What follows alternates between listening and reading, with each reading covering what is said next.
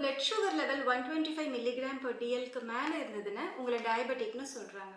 Normal blood sugar range between 80 to 100 milligram per dl. Suppose நீங்கள் நிறைய sugar எடுத்துக்கிறீங்க, carbohydrate எடுத்துக்கிறீங்கன்னு சொன்னால் உங்கள் blood sugar level shoot up ஆகும். இன் ரெஸ்பான்ஸ் டு தட் உங்கள் பேன்க்ரியாஸ் இன்சுலின் செக்ரேட் பண்ணுது. இன்சுலின் என்ன பண்ணுன்னா உங்கள் பிளட் சுகர் நார்மல் ரேஞ்சில் இருக்கிறதுக்கு ஹெல்ப் பண்ணும். In other words blood sugar shoot up ஆகாமல் இருக்கிறதுக்கு ஹெல்ப் பண்ணுது. நீங்கள் நிறைய சுகர் எடுத்துக்கிறீங்க, நிறைய கார்போஹைட்ரேட் எடுத்துக்கிறீங்கன்னு சொன்னால் உங்கள் பேன்க்ரியாஸ் இப்போது நிறைய இன்சுலின் செக்ரேட் பண்ண வேண்டிய ஒரு இடத்துல இருக்கும்.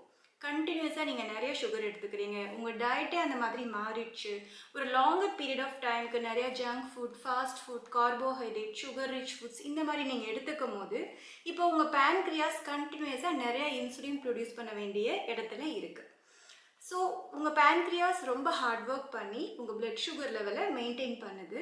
உங்கள் பிளட் சுகர் லெவல் நார்மல் ரேஞ்சில் தான் இருக்குது, ஆனால் உங்கள் இன்சுலின் லெவல் அதிகமாக இருக்குது. இந்த கண்டிஷனுக்கு பேர் தான் இன்சுலின் ரெசிஸ்டன்ஸ். நீங்கள் இப்போ போய் உங்கள் பிளட் டெஸ்ட் எடுத்து பார்த்தீங்கன்னா உங்கள் பிளட் சுகர் நார்மலாக தான் இருக்குதுன்னு சொல்லுவாங்க. ஸோ தட் நீங்கள் நினச்சிப்பீங்க நம்ம ஹெல்த்தியாக தான் இருக்கோம், நம்ம டயட்டில் எந்த சேஞ்சும் செய்ய வேண்டாம், இதே டயட் நம்ம ஃபாலோ பண்ணிக்கலாம், இதே லைஃப் ஸ்டைலில் நம்ம இருக்கலாம் நீங்கள் நினச்சிப்பீங்க. ஆனால் உங்கள் பேன்க்ரியாஸ் இப்போ ரொம்ப ஸ்ட்ரெஸ்ஸில் இருக்குது, ரொம்ப ஹார்ட் ஒர்க் பண்ணிகிட்டு இருக்கு, அதை நம்ம ரியலைஸ் பண்ண முடியாது.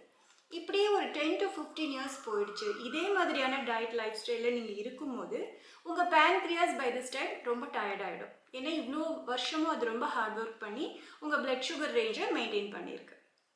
இப்போ உங்கள் பேன்க்ரியாஸ் டயர்டானதுனால இன்சுலின் செக்ரேஷன் இப்போ கொஞ்சம் கம்மியாக தான் இருக்கும்.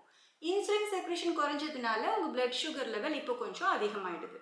இப்போ போய் நீங்கள் பிளட் டெஸ்ட் எடுத்தீங்கன்னு சொன்னால் நீங்கள் ப்ரீ டயபெட்டிக், உங்கள் பிளட் சுகர் லெவல் 100 to 125 இருக்குதுன்னு சொல்லுவாங்க. இதே கண்டினியூ ஆச்சுன்னு சொன்னால் நீங்கள் டயபெட்டிக் ஆகிடுவீங்க, உங்கள் பிளட் சுகர் லெவல் மோர் தென் 125 மில்லிகிராம் per dlக்கு மாறிடுது. ஸோ இப்போ நம்ம என்ன புரிஞ்சுக்கணும்னு சொன்னால் டயபெட்டிஸ் அப்படிங்கிறது ஜஸ்ட் லைக் தட் ஒரு ஓவர் நைட்டில் டெவலப் ஆகிற ஒரு விஷயம் கிடையாது. இதுக்கு 10 to 15 இயர்ஸ் டைம் தேவைப்பட்டிருக்கு.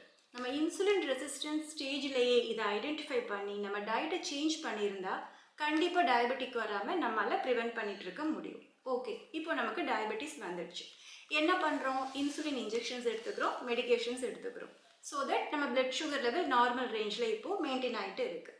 நம்ம மெடிகேஷன்ஸ் எடுத்து பிளட் சுகர் லெவல் நார்மல் லெவலில் இருக்கிறதுனால நம்ம சாப்பிட்ற எக்ஸஸ் சுகர் எல்லாம் நம்ம பாடியிலேருந்து எவாப்ரேட் ஆகி போயிடுதா என்ன? கண்டிப்பாக கிடையாது. அது எல்லாமே ஃபேட்டாக கன்வெர்ட் ஆகி உங்கள் vital organs like liver, heart, பேன்க்ரியாஸில் டெபாசிட் ஆகுது. இப்படி நிறைய ஃபேட் அதன் மேலே டெபாசிட் ஆகுறதுனால அந்த வைட்டல் ஆர்கான்ஸோட ஃபங்க்ஷனும் அஃபெக்ட் ஆகுது. லிவரில் டெபாசிட் ஆகும்போது ஃபேட்டி லிவர் வருது, ஹார்ட்டில் டெபாசிட் ஆகும்போது ஹார்ட் இஷ்யூஸ் வருது, பேன்க்ரியாஸில் டெபாசிட் ஆகும்போது பீட்டா செல்ஸோட ஃபங்க்ஷன் அஃபெக்ட் ஆகுது, இன்சுலின் செக்ரேஷன் கம்மியாகுது. இன்சுலின் குறைஞ்சா என்னாகும்? மறுபடியும் பிளட் சுகர் லெவல் அதிகமாகும். நம்ம அப்போ என்ன பண்ணுவோம்? மெடிகேஷனோட டோசேஜை அதிகம் பண்ணுவோம். மறுபடியும் என்னாகும்? எக்ஸஸ் சுகர் ஃபேட்டாக மாதிரி பேன்க்ரியாஸில் போய் டெபாசிட் ஆகும். இது ஒரு விஷியஸ் சைக்கிள் மாதிரி கண்டினியூஸாக போயிட்டே இருக்குது. அதனால தான் ஒன்ஸ் டயபெட்டிக் ஆல்வேஸ் டயபெட்டிக். இப்போ நமக்கு என்னதான் இதுக்கு சொல்யூஷன்னு கேட்டால் நம்ம ரூட் காஸ் ஆஃப் த ப்ராப்ளமை புரிஞ்சுக்கணும். இப்போ என்ன நடந்திருக்குன்னு சொல்கிறாங்க, எதனால நமக்கு டயபெட்டிஸ் இப்போ வருதுன்னு சொல்கிறாங்க? Excess sugar is equal to excess insulin, excess insulin is equal to insulin resistance, insulin resistance is equal to diabetes. So diabetes வருதுன்னு சொன்னால் உங்களுக்கு அதிக இன்சுலின் இருக்குதுன்னு அர்த்தம். அதிக இன்சுலின் எதனால் வருது? நீங்கள் நிறைய சுகர் அண்ட் கார்போஹைட்ரேட் எடுக்கிறதுனால வருது.